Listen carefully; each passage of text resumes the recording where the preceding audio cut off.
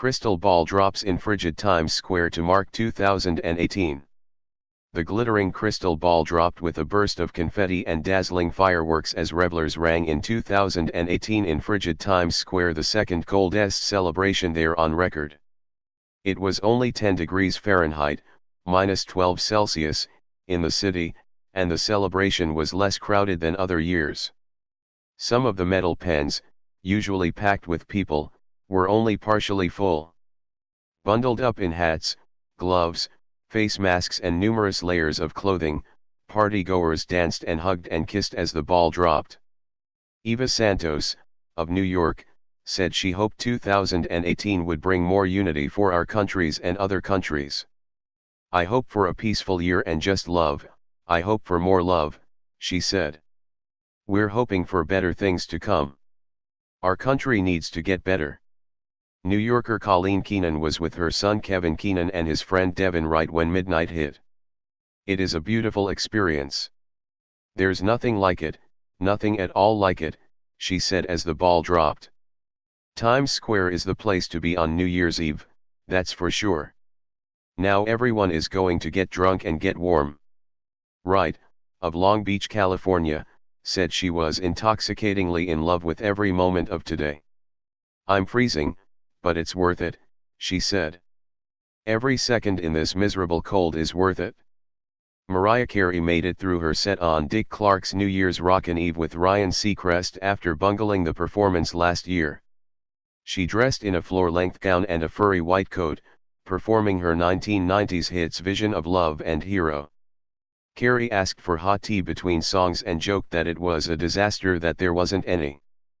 But a year ago she stumbled through her short set, failing to sing for most of it despite a pre-recorded track of her songs playing in the background. She was visibly upset during that performance and blamed the show's production team, but they ultimately buried the hatchet. The dazzling finale of the show was the traditional drop of a Waterford crystal ball down a pole atop 1 Times Square. This year, the ball was 12 feet, 3.5 meters, in diameter, weighs 11,875 pounds, 5,385 kilograms, and was covered with 2,688 triangles that change colors like a kaleidoscope, illuminated by 32,256 LED lights. When the first ball drop happened in 1907, it was made of iron and wood and adorned with 125-watt light bulbs. The first celebration in the area was in 1904, the year the city's first subway line started running. After 2 terrorist attacks and a rampaging SUV driver who plowed into a crowd on the very spot where the party takes place, police were taking no chances. Security was tighter than ever before. Garages in the area were sealed off. Detectives were stationed at area hotels working with security officials to prevent sniper attacks. Thousands of uniformed officers lined the streets. Concrete blocks and sanitation trucks blocked vehicles from entering the secure area where spectators gathered. Partygoers passed through one of a dozen checkpoints where they were screened and then screened again as they made their way to the main event. At 48th Street and 7th Avenue, Chris Garcia, his girlfriend, Zaira Velasquez, and her brother Edgar Valdez stood rigidly, having waited in the cold for almost 6 hours. Valdez said he felt pretty safe at the event. "They checked us pretty good," he said. "Police checked what we had, and another scanned us with metal detectors." The police department estimated that it cost $7.5 million to protect the event. The frostiest ball drop on record was 1 degree Fahrenheit, -17 Celsius, in 1907. In 1962 it was just 11 degrees Fahrenheit, -12 Celsius, outside, and in 1939 and 2008 it was 18 degrees Fahrenheit, -8 Celsius. Sarah Cole and Michael Carter, from Newfoundland, Canada, said they weren't deterred by the weather because they're used to it. "The experience is 100% worth it," she said. "The atmosphere, the people, the entertainment. What's a little cold feet?" Some wore red scarves that read Happy New Year and others donned yellow and purple hats as a pizza delivery man sold pies to the hungry crowd.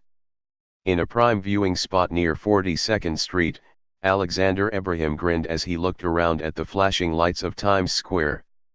"I always saw it on TV, so I thought why not come out and see it in person," the Orange County, California, resident said. "It's an experience you can never forget." Michael Waller made a snap decision on Saturday evening to drive straight from Columbus, Ohio. He made it to Times Square at 8 a.m. and waited all day in front of the ball. "I didn't want to stay home for this, by myself," he said. Tarana Burke, an activist who started a #MeToo campaign a decade ago to raise awareness about sexual violence, started the ceremonial ball drop, pushing the crystal button that officially began the 60-second countdown to the new year. Just minutes after midnight, partygoers started to drain from the area as if a giant tub stopper had been pulled up. And the cleanup began, led by a small army of city employees including more than 200 sanitation workers, who clear the area of confetti and other garbage. Crews removed more than 44 tons, 40 metric tons, of debris last year.